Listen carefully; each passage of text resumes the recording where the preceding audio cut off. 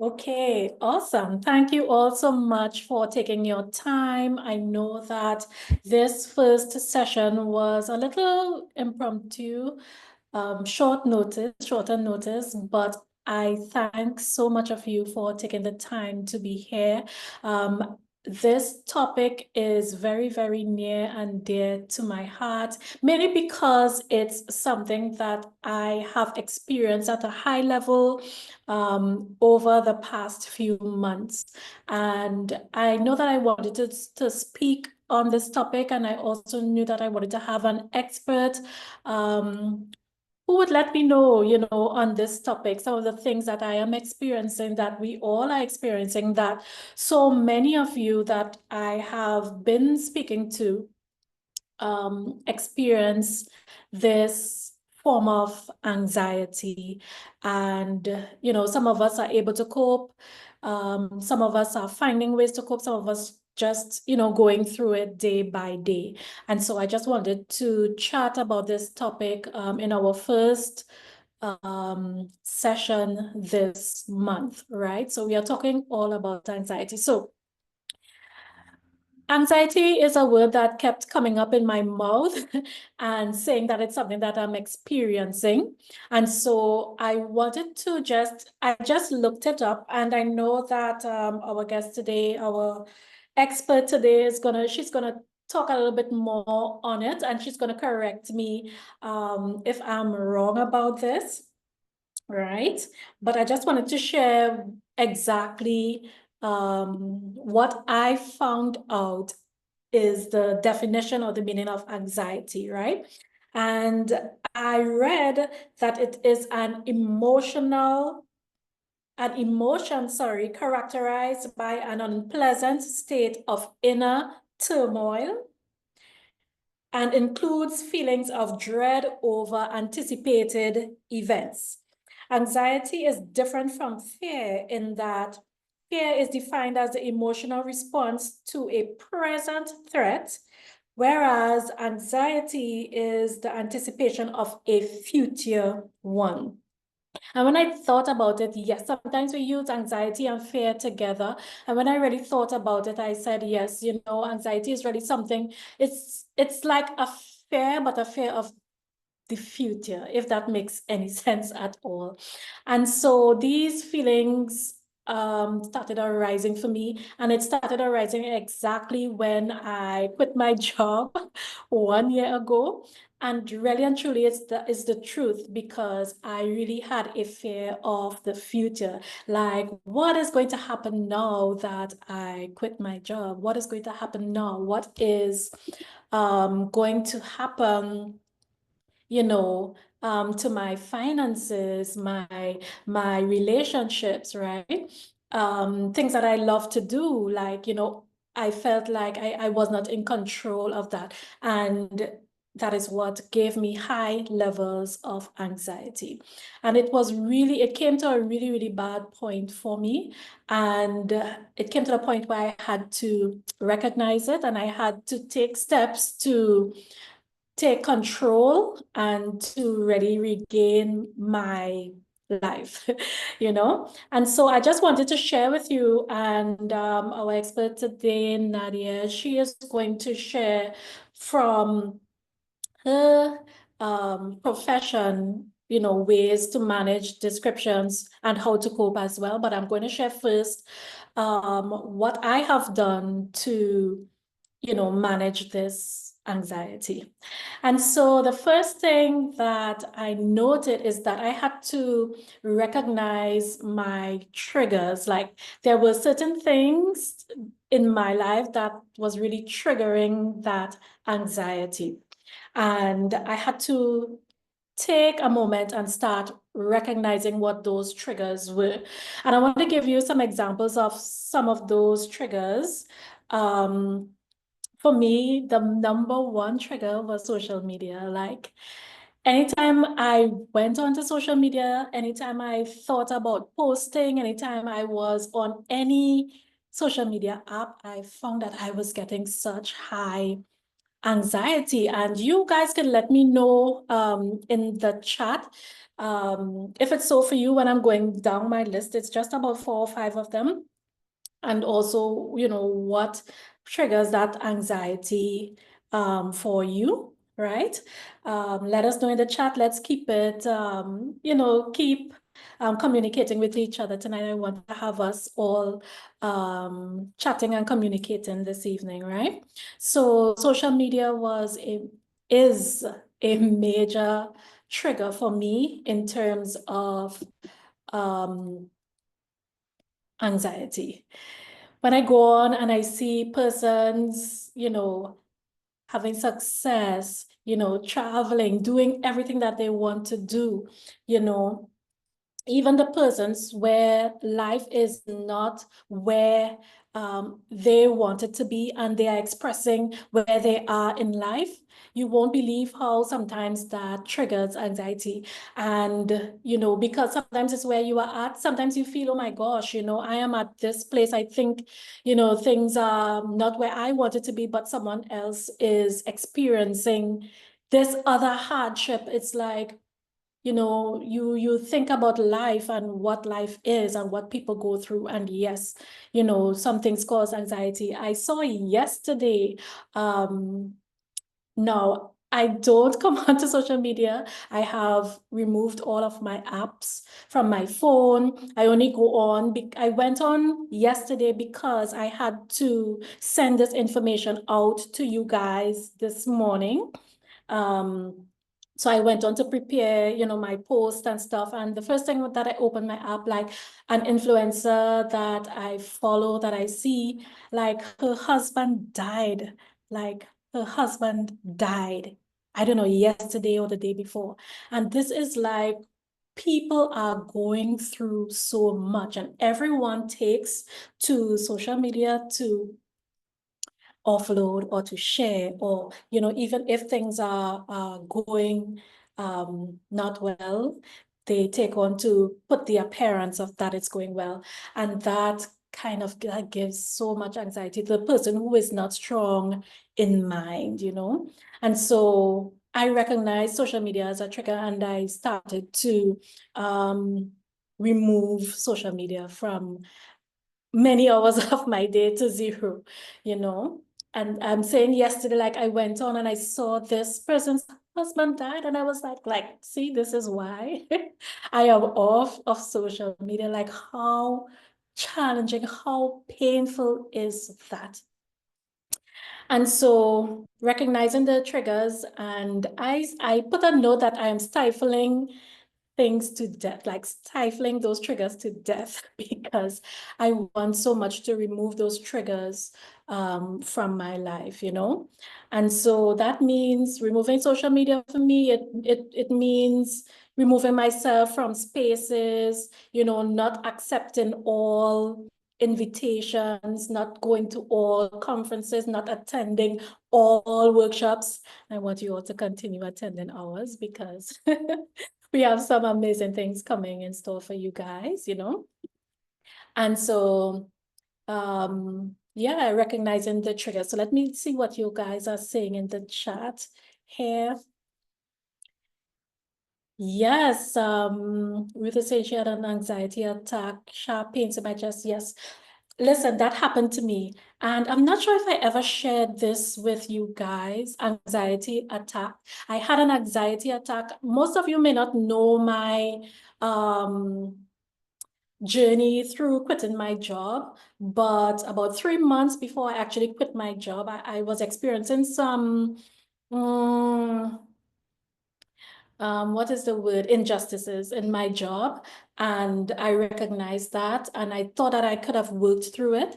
I went on a 2-month vacation because I had so many days I was the best worker, working all of my hours, never taking vacation. And so I had so much days, you know, piled up. And so I took all of my days together, 2 months, and it wasn't even all of them. And I said, okay, Kadisha, you could work through this. You could work through this injustice. You just continue being your good self, and everything will be fine. Everything will be fine. And, I said, okay. And I went back to work after 2 months. in that injustice. And let me tell you, I did not even last 15 minutes in the office. I started to have a panic attack. My chest started to and Nadia is just going to confirm if this is indeed a panic attack. But my chest started to pain. I couldn't breathe, started to cry. I don't even know if it was crying, but very uncontrollable feeling within me. And the tears just started to flow, like everything felt like it was just coming out all at once. And I'm sure that was, I knew that I was having an anxiety or panic attack, as we say.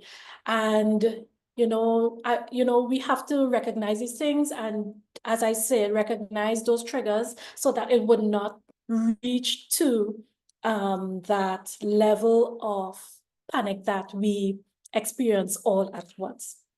Yes. Ruth said she felt like she wasn't being the best mom. Oh, because I had made time to plan a birthday party. Yes.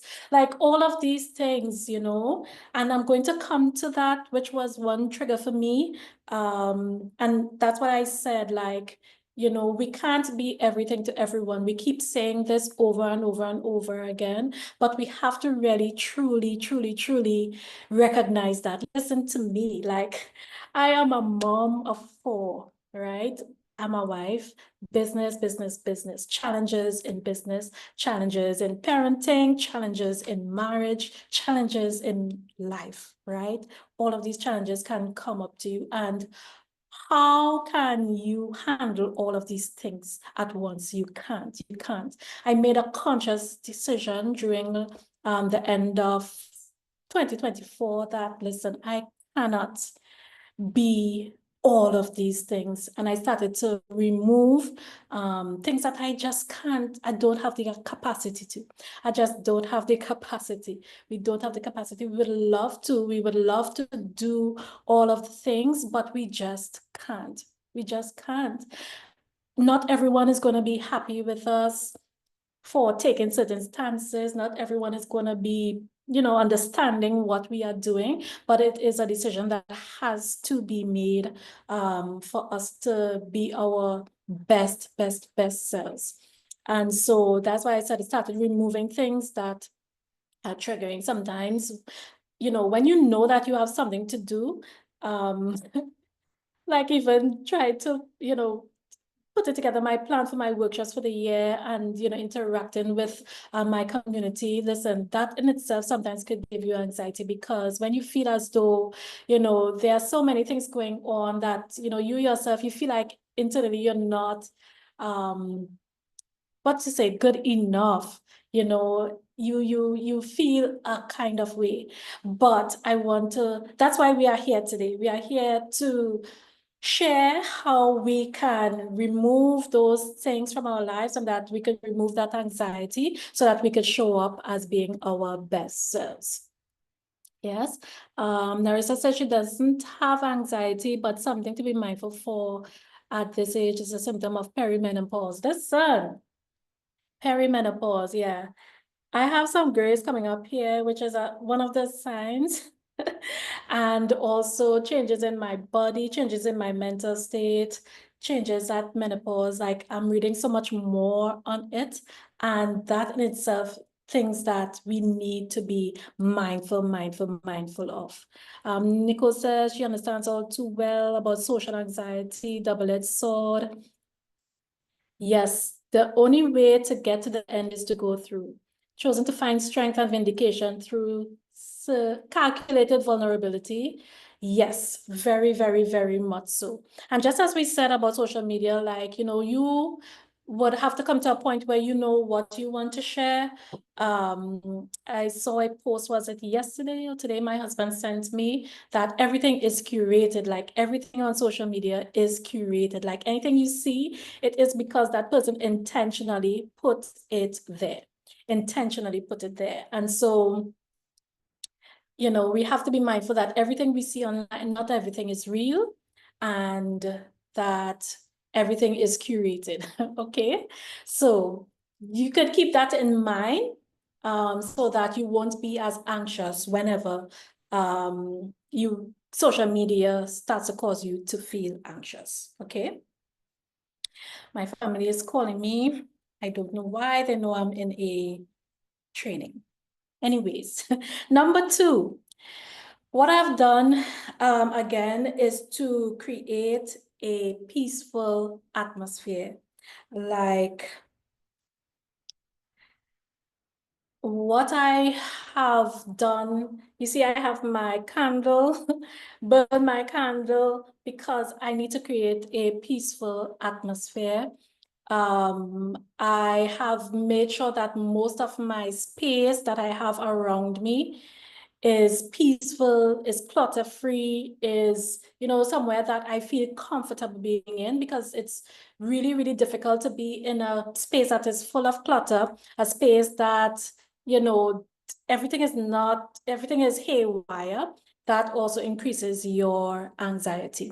And so I have made it intention, and my word for 2025 is intention, that I'm intentional about my space. I'm intentional about my time. I'm intentional about what I put on now. I'm intentional about lots of things, because when you go about doing things just, willy-nilly or without a plan or a goal, um, you realize that that increases your anxiety. Yes. So let me know what you think about the space. The next thing that I have intentionally done is to practice a lot of gratitude. Now, I know some people feel like, some things, okay, yes, practice gratitude. They feel as though it is not something that is effective, but let me tell you that it is so effective. When you take time to stop and be grateful, just as I said, like, some people are going through so many difficult things that sometimes you are just so grateful just to be alive, to be experiencing what you're experiencing, with the knowing that you have the ability, the brain, the power, the sense to figure it out and to find a solution. You should be so grateful. There are so many things going on in my life, but I try to practice so much gratitude. I went outside. If you saw my newsletter on Sunday, um, I am doing a lot more of outside things, like being in nature. Like, I have a big backyard, but I really go out there, looking at the grass blades, looking at the trees, the flowers, the birds. Like, there is so much abundance around us. And when we take the time to really recognize that, we see that, hey, like, what are we anxious for? Those of us who are Christians, who read the Bible, like, we know that we should not be anxious for anything, like, because just as I said, these things, the birds, the grass, the trees, animals, like, they just do what they know. Okay, they don't know, but they just are. They are in their being doing what they were meant to do.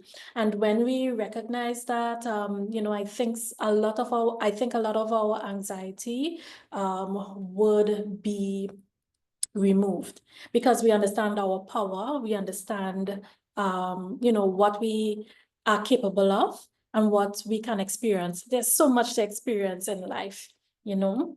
So I think gratitude is one of the main things that has helped me to be a lot calmer as I move into 2025. And this brings me to my next point, my final point, which is to reframe my negative thoughts. Listen, negative thoughts cluttered my mind in 2024, especially. I keep saying that I have a lot going on. And on top of that, I felt as though I was not going as far as I wanted to. But a lot of the truth is that a lot of things got done. A lot of things were accomplished, yes, but I was not taking the time to focus on those. I was only focusing on the negative, like, okay, why is this happening? Like, why hasn't this been done yet? You know, all of these things, and the negative thoughts is one of the surefire ways to increase your anxiety. I told you about my job and, you know, feeling insufficient and, you know, all of this time and effort I put towards my job and feeling, you know, like, okay, well, they don't really need me anymore. Listen, they need me. I know they need me. Even to now, every time I talk to HR, she was like, are you coming back? Are you coming back? And I'm like, nah.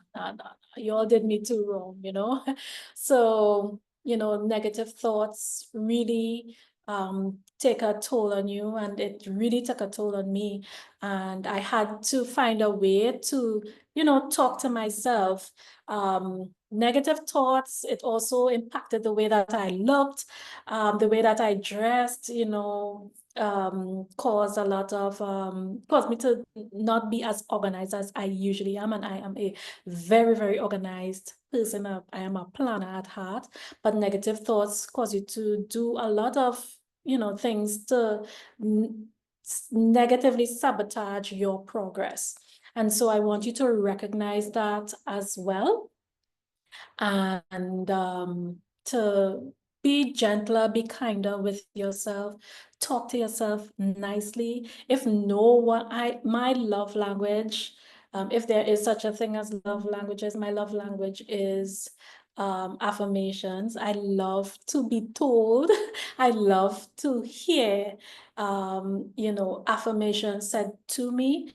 And I realized that in the absence of someone affirming me, that I had to be my number one affirmer.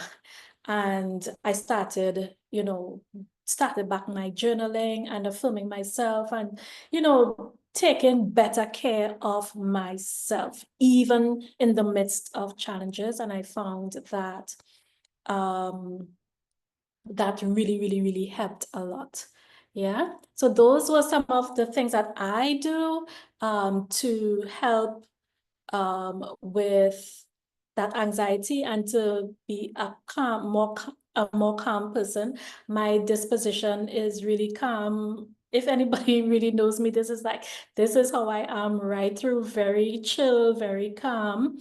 But anxiety was causing me to be otherwise, and I don't like that. I like to be true to myself. And so I knew that I had to work on that. Right, so let me just check the chat quickly. Yes, we underestimate the power of a calming space. Yes, gratitude is also powerful even if you don't feel like practicing it at the moment. Very true. Clutter is one of the main things that causes anxiety. You are a recovering perfectionist with OCD tendencies. Yes. Trying to curate a space, however, it's not respected by my family. Listen, I can tell you about that. I used to feel like my family did not respect my organization, my space, having things clean, all of that, you know, kids, things just out of, what helped me was just to, if I see something out of place, I would just move it. If I see something that is triggering my anxiety, I would go ahead and clean that space or straighten that space or do what I needed to do. But do what I needed to do to make my space calm for me. I know it is hard. I know it feels disrespectful. I know it feels a certain way, but that is what I did to really remove that feeling, right? I know it may not be right. I know it may not be the best for everyone, but that is what I did to just to move past that feeling. Yes. So thank you guys so much for your chatting, your comments. I really appreciate it. So as I said, those were some of the things that I did If you missed it in the beginning, I'm sure I'm gonna have a replay in the members area for you guys to look at. So now I want, if Nadia is on, if she is here, I'm going to make you a co-host, Nadia. I'm gonna make you a co-host. You, Nadia, more. Make a co-host. Okay, and I'm going to invite you, Nadia.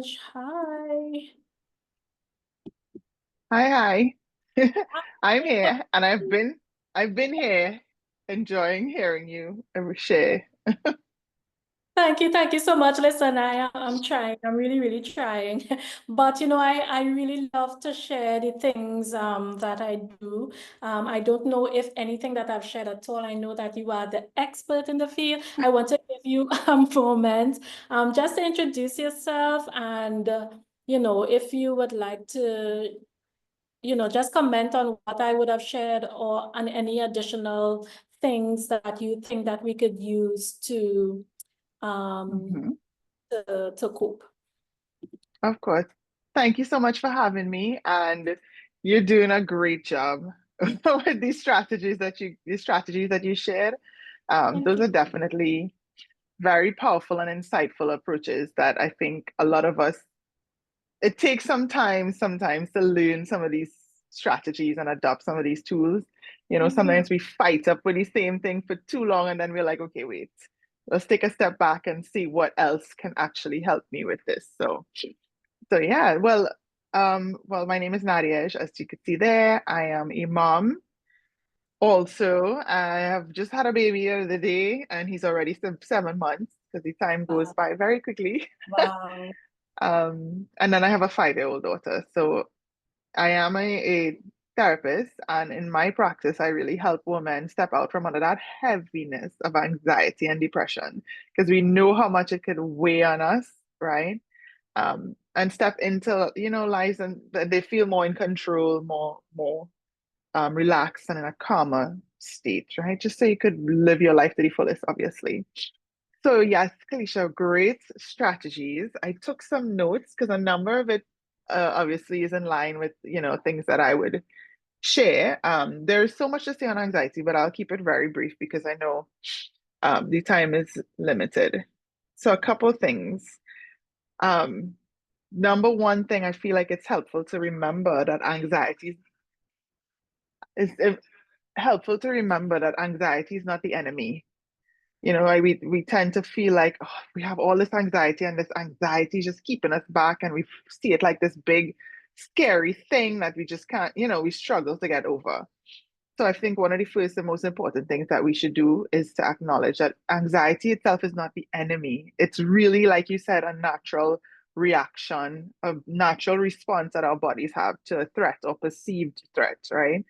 Um, but what I want everybody who's here to think about, if you've ever experienced anxiety, if you could think of something that makes you feel anxious, right? It could be specific to motherhood or it could be just in life in general, something that makes you feel anxious.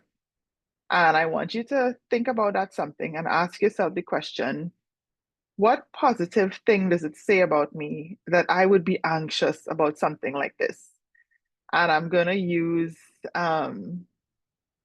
Ruth, if that's okay, I'm going to use your example. You shared that about having an anxiety attack, and I appreciate you sharing that in this space.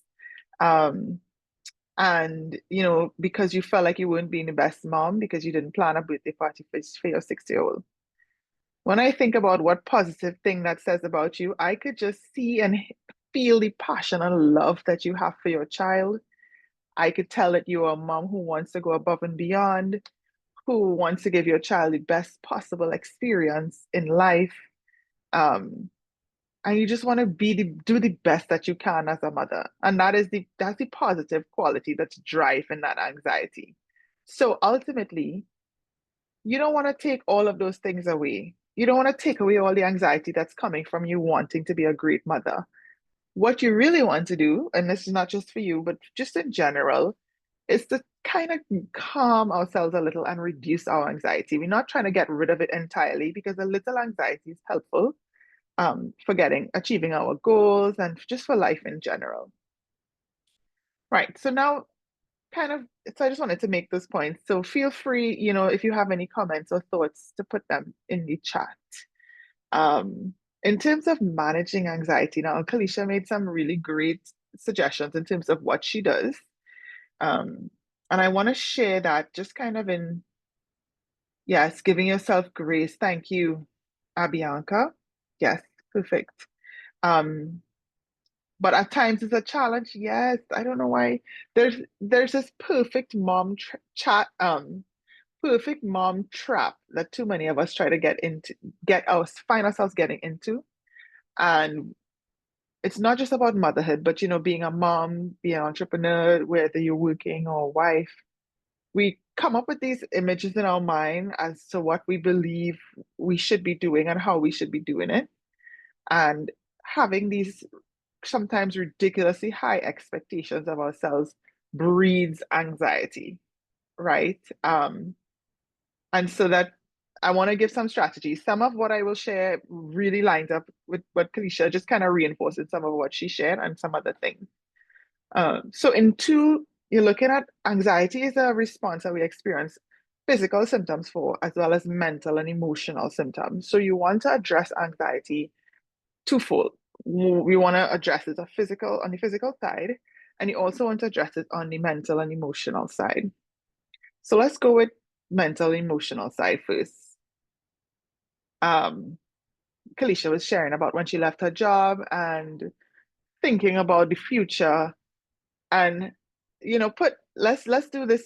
Anybody here finds themselves thinking about the worst possible scenarios. What are the worst things that could possibly happen? And those are the things that are running through your mind and creating anxiety.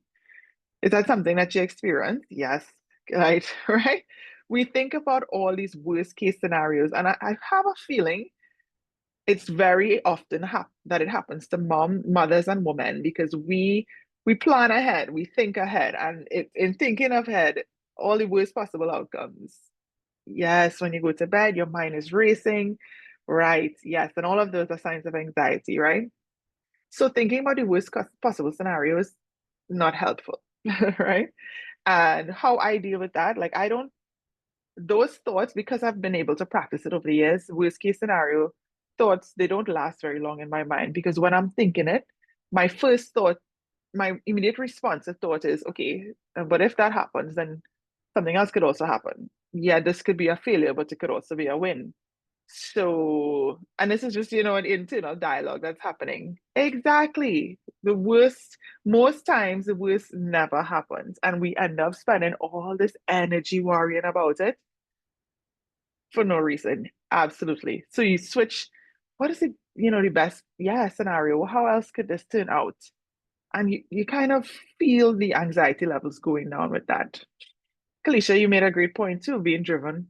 You talked about fear, you mentioned anxiety. Anxiety is ultimately driven by fear, right? Because we feel like there is a threat. Now, it's kind of like, now, if there's a real threat, you want anxiety because it helps put our body into fight or flight mode and we could get away from the situation, we could protect ourselves, right? So you want anxiety to show up then. But if there's a threat, a perceived threat that's not actually a threat, then you don't want anxiety hyperactive in that moment. It's like if you have a guard dog, you don't want that guard dog barking at every leaf that fallen from a tree. No, you want the dog to only bark if there is a intruder or if there's a real threat, right? So what we need to do with anxiety is concerned is to communicate to ourselves that there's no real threat.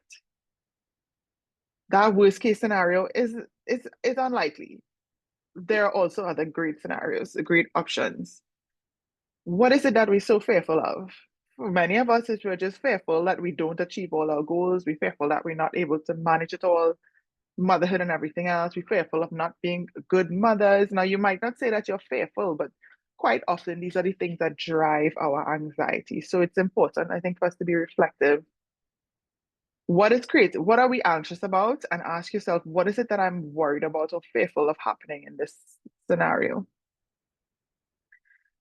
Felicia mentioned triggers. Yes, it's good to know what your triggers are. Even for me, social media, I am very intentional with how I use social media. I used to follow a lot of fit moms. I don't do that no more because when I see a fit mom, I am triggered, right? I can't, and if I happen to see it come across my on my, what you call that thing when you're scrolling on Instagram, I don't give it much thought. I swipe because I know that it's a trigger for me. And if I stop to read all about how she became a fit mom and all of that, I know it's probably not going to feel good for me long term.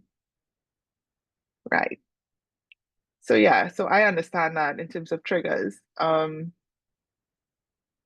What else? One of the most important things that I always encourage for persons to practice is self-compassion. And I'm so glad, um, who said it? Grace, yes. Abianca, yes. Giving ourselves grace, that is huge. We need to learn to practice more self-compassion. A lot of the negative thoughts that we have are critical thoughts. What if I fail? What if I can't? What if I'm not good enough?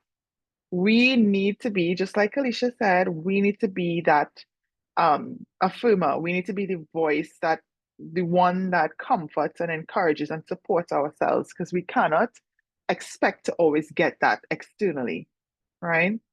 So we need to practice self-kindness, meaning speaking to ourselves with kindness. We can no longer continue or accept, speak to ourselves saying things like, oh gosh, you messed this thing up again. You just can't get things right. Like these critical thoughts are so harmful. I am almost sure that every woman in here knows how to speak kindly to a loved one, a child, a family member. You know what to say. If somebody comes to you with a problem, most of us are good listeners. You say, oh gosh, you could do that. That's nothing for you. Or you tell your child, oh, you fell down, you hit your knee. Oh, it'll be all right. But to ourselves, no, we want to beat ourselves up. We're not good enough. Yes. And definitely you assume what others think about us and you internalize it. And that is also an unhealthy thought pattern. Worst case scenario thinking is one. Mind reading is what you call it. You're thinking what you think other people think, and guess what? Other people have no time with us. Like majority of the time, other people are very preoccupied with their own lives, right? So yes, so we have to stop assuming, coming to our own conclusions, making things up in our minds about the worst case outcomes. And then there's a concept in self-compassion that I always love. It's called common humanity. This is the reality that everybody is struggling with something at some point in their lives. You might be the best at something, but there's someone better than you, or you might be the best at something, sorry, or you might be the worst at something. Or there might be people who are a little better than you, some people are a little worse than you, and that's just how humanity works, right? Nobody is perfect. Everybody has a struggle here or there. So we need to not measure ourselves up to unrealistic standards of perfection that don't exist, right? Good. So that's the thinking side. And I'm trying to keep it short so I don't, right? The other side now is the behavior side.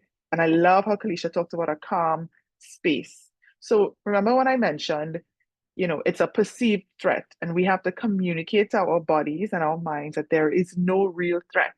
To do that, you have to calm your nervous system and put your body into a calm state. Because it's like if there's a threat and there's a fight or flight mode that you're in, what do we do? You'd probably breathe deeply. You'll probably tell yourself, okay, everything's okay, everything. You'll probably go to somewhere that feels safe. So in the same way, if you're dealing with a perceived threat that's causing anxiety, we have to take calm ourselves. We have to learn to relax. We have to prioritize rest. And rest doesn't always mean sleep because I know that is hard. I shouldn't say hard, but that is challenging sometimes as mothers. But I loved how Kalisha, you mentioned getting outdoors. This is so calming. The research just shows just being outdoors impacts our nervous systems in a calming way. Sometimes for me, what I love when I go for a walk, I don't do it as often as I'd like to. But when I do, it calms me so much because then not only do I feel the rhythmic movement of walking, which is also calming for the body, not only do I get to listen to the breeze and the birds and look at the greenery and feel calmer, but I also look at how huge the world is around me. I look at the massive trees and the our so-called mountains and and remember that I am a tiny speck in this world. And why am I making my problems seemingly bigger than the whole world, right? So it's being outdoors in nature, yes, helps me to get calm and to regain perspective and also to be grateful as a Christian looking around at all God has done and all he continues to do around me. It's so great, yes, for perspective. I'm so glad you're all understanding and you're agreeing, you'll experience some of this for yourselves. Yes, grounding yourself in the present moment, focusing on your breath, exactly. Anxiety is manageable. I love that. One of the things that I always try to tell clients to also is wait it out. It will pass. If you get caught up in, oh gosh, I'm anxious, focus on the breathing, focus on getting outdoors, focus on creating a calm space, and believe that your anxiety will pass because it will, And then journaling, absolutely. Art journaling, yes. Anything that engages the body physically, like exercise, journaling, drawing, engages the body and the mind is wonderful for reducing anxiety. All right. The other thing I would just mention is boundaries. I know that I think it's Ruth who mentioned that the family doesn't respect your boundaries. And I think this is where Kalisha, you talked about just doing it. Guess what? This is something of an emotional boundary, right? It's kind of like you create a physical boundary, a space, and you say, okay, you don't want anything else into the space that is disruptive. But if something comes into that space that is disruptive, you don't want to allow it to throw you off emotionally. You want to be able to set a boundary that you will not allow certain things to create anxiety for you, right? So, for example, for me, I used to get caught up. Let's say I have a disagreement with somebody, and I would be in my feelings, as they say about that, for longer than necessary. And then I realized that I could set emotional boundaries around this. Like, I don't have to allow you the way you feel to affect the way I feel to that extent. And so that's just an example of how we can set emotional boundaries um, so that, you know, we protect our space physically and emotionally. Right. So I'm seeing some great things in the chat here. Yes, Bianca, be anxious for nothing. And Kalisha did share that. And this is one of my favorite scriptures, to be honest. Um, Let your request be made to God with thanksgiving. It's it's one of my favorite scriptures, and I think it's very grounding. And grounding, doing what grounds you is also essential for keeping your anxiety levels down and giving you a space of calm. So that's like going outdoors, reading, praying, connecting with others, whatever makes you feel grounded is also really important. Yes, fulfill your basic needs, safety and connection to gradually work towards actualization, embracing growth, self-awareness, and inner resilience. Yes, thank you, Nicole. Definitely, I agree. Right, I think trying to keep it short, I would just the last thing I would share about is just try not to let's just try to adjust our expectations, not try to do it all, even though sometimes it feels like we need to, um, and set the boundaries that we need for our mental health and to manage our anxiety. Anxiety is very familiar to me. I've had panic attacks. I've had anxiety where my heart is pounding all day and I'm a lot more in tune with my body now. And after helping clients work through it, I know anxiety. I feel it immediately. I'm like, okay, I feel a little anxious. What's going on here? Do something about it before it gets worse. Right. And sometimes, of course, that means asking for help. Right. So I could talk real long about this, but I will stop. I don't know if anybody has any thoughts they want to share on it, on anything I said or otherwise. Yes, guys, please feel free to chime in. We have like 5 minutes. And Nadia, I don't know if you have a 5 minutes for Q&A. I know time goes pretty Yeah, quickly during these yeah, kinds of sessions. it does. Anybody have a question they want to ask, you could hop on for a minute or two. Yes, Hi, Akina, hi everyone. Good evening. And Akena. thanks so much, Kalisha, for inviting me. Um, I have a personal experience, first-hand experience of dealing with stress and anxiety and stuff. And I always like to share that because I don't think people realize how it can also not just impact your mind but your body. So like, well, Kalisha knows this about me, but I have vitiligo and I wasn't always born with it. And vitiligo is an autoimmune condition that can be triggered by stress. Some people have it on their own, some people develop it post stress. And I got vitiligo after being injured on the job and leaving that career in the midst of being in a very abusive marriage. So it was like my body, because I was not coping well, I was always very quiet and very kind of private about all the struggles that I was going through. And I'm also a Christian. So, the church would advise you, pray about it, fast, watch War Room, do all the things, but never really address it in a real way. So I kind of like just packed everything in that mental suitcase until eventually the zip burst and it exploded in the form of me developing this that I have now. Thankfully, it has helped me to become a better person, and I now use that to share with people about how important it is for us to take our mental health seriously, because I have seen where it could. I mean, I thank God that for me it was vitiligo. That's not something that impacts my health per se, but just from my own experience and talking to people, I learned that other autoimmune conditions like lupus, rheumatoid arthritis, all of those things, are also things that are or can be triggered by stress. So thank you for your work and for all that you shared this evening, and for Kalisha choosing to let this topic be the first thing for 2025 that you shared on, because I think as a woman, we need to do a better job at putting ourselves and our mental health first. Thank you. Thank you so much for sharing. You're welcome. Thank you. Thank you Yeah, for sharing what that. I would Yes, say about Akena. that too is that, I know someone who says, okay, where mental health is concerned, like this is a new topic and like everybody is now about mental health, mental health, mental health. Like it has always been there, but through COVID, it has been brought to the forefront. I think through COVID, a lot of things has been brought to the forefront, especially anxiety and the levels of stress that we go through on a daily basis, that we were just running around doing life without stopping and taking note of where we are at mentally, physically, emotionally. And so, especially where anxiety, mental health is concerned, Nadia, do you think that this is a new thing, or, you know? I mean, I don't think it's a new thing, but I definitely think the awareness around mental health has increased significantly, like you said, post-COVID. And I think people are starting to see how important and how much it impacts our overall lives.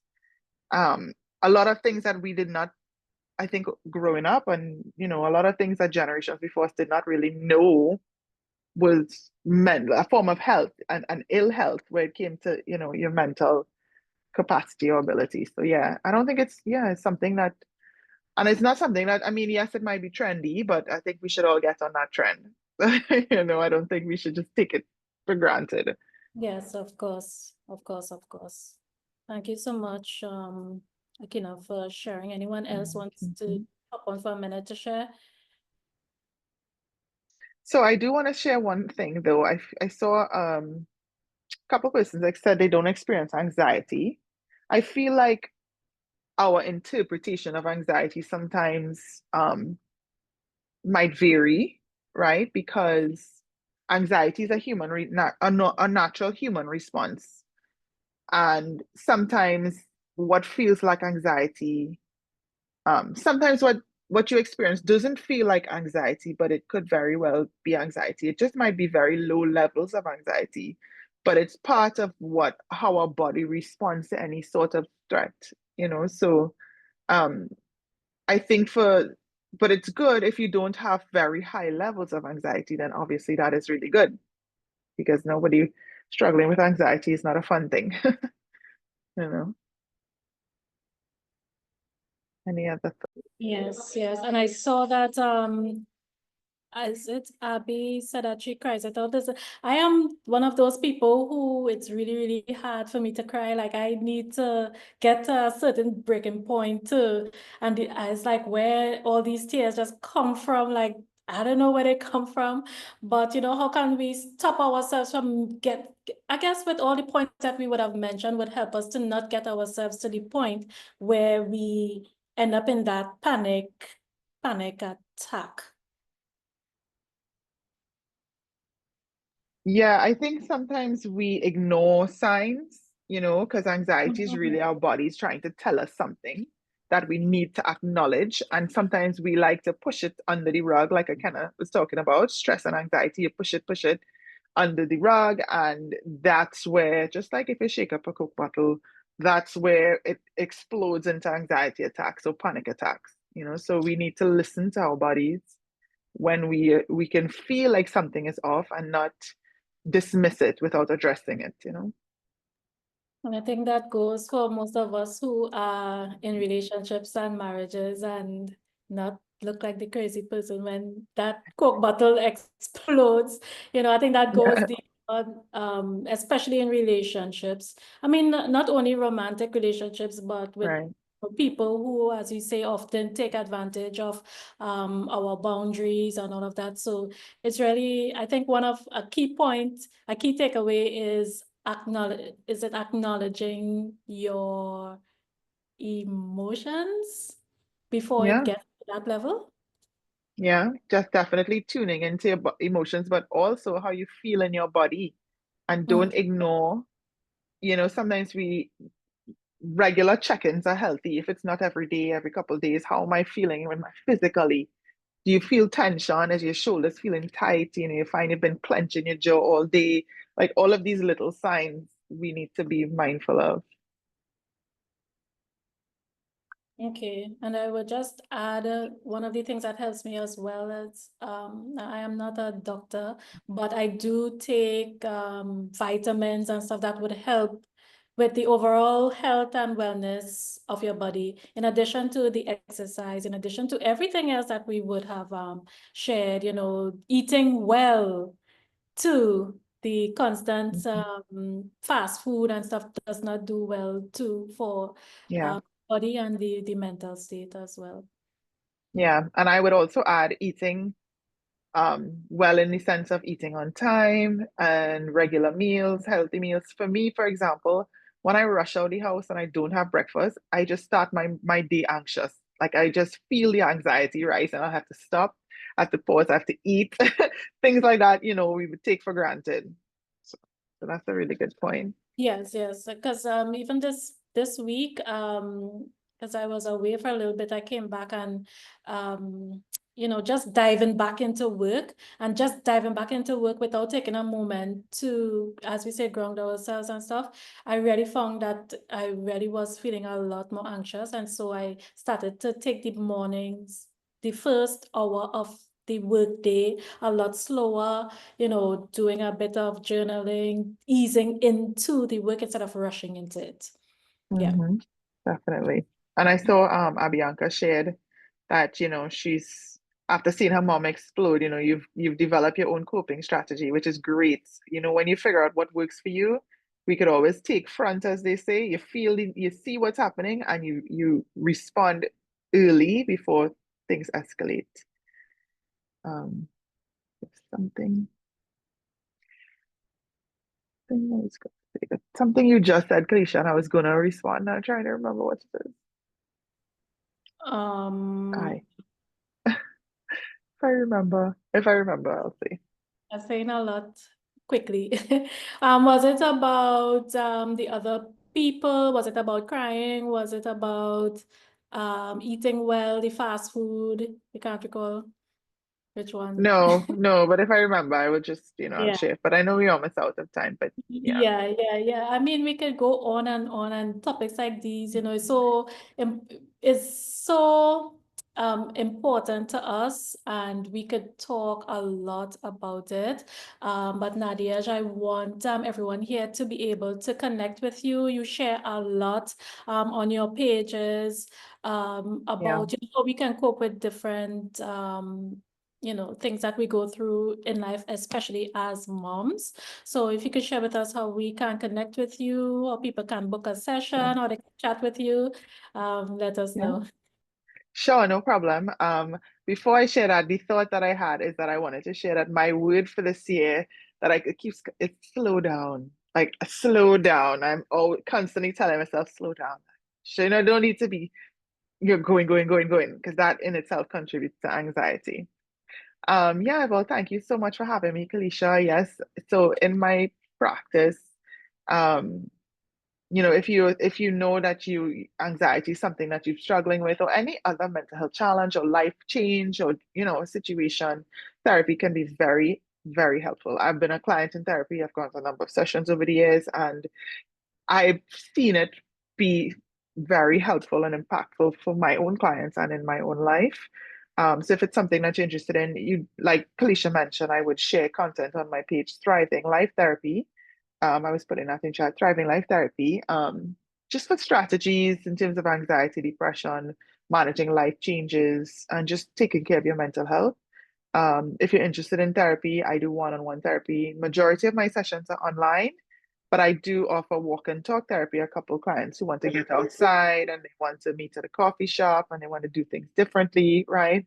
But if you're interested in that, you could book through my Instagram page and the link in bio, you could book, or you could go to the website, which is thrivinglifetherapypractice.com. And you could also get more information there in terms of my services. And if you want to connect with me on Instagram message is fine. I check those right away. I'll probably respond to you in a couple hours at the most. Or Thriving Life Therapy at Gmail. You could also, if you feel like using email, but Instagram is always pretty easy to reach me. So feel free, even if it's therapy you're interested in, or if you have questions about therapy, or if you just have a question related to mental health and you want to message me, that's fine too. Awesome. Right. So we have been here for an hour already. Thank you guys so much for taking the time, for engaging, for, just sharing this. And this is always a safe space. We always go deep because there are so many deep things that, not everyone feels comfortable and safe. I know each and every one of you, each, all of you know me. We have a lot of these safe spaces, and so please feel free to share.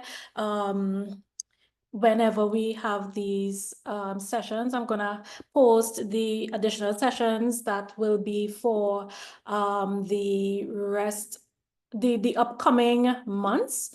And so just stay tuned. I want to encourage you to join the members area.